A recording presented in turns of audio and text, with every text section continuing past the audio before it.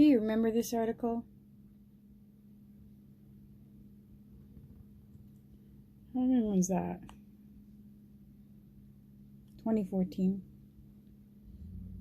The Pope has a dove, and then it's attacked by what?